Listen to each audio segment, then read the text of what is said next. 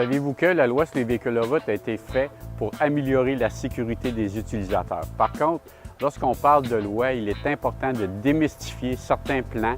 Donc, exemple, on a la loi sur les véhicules de route, on a le règlement sur les véhicules de route et aussi on a maintenant, dans le monde du VTT, un décret sur les véhicules de type côte-à-côte et un décret sur les véhicules munis de chenilles. Donc, ces deux décrets-là viennent se rattacher au règlement et à la loi.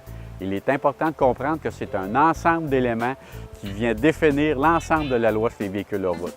Prenons un exemple, les véhicules de type côte-à-côte, lorsqu'on prend le décret qui a été donné par le ministre des Transports, on ne fait pas mention dans le décret que le casque est obligatoire sur un véhicule de type côte-à-côte. Par contre, dans le décret, on fait mention que ce décret-là vient s'attacher à la loi sur les véhicules de route et dans la loi sur les véhicules de route, le port du casque est obligatoire. Donc, lorsqu'on conduit un véhicule de type côte-à-côte, il est important de porter son casque en tout temps et cela pour votre sécurité. Il est de même pour les lieux de circulation lorsqu'on circule près des résidences. La vitesse est de 30 km/h lorsqu'on circule dans les milieux plus populeux où on est à proximité des résidences.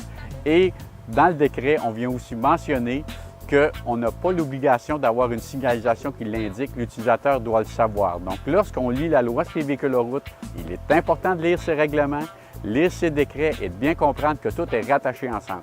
Le tout dans le but d'avoir une meilleure sécurité lors de vos randonnées et une meilleure harmonie avec les citoyens.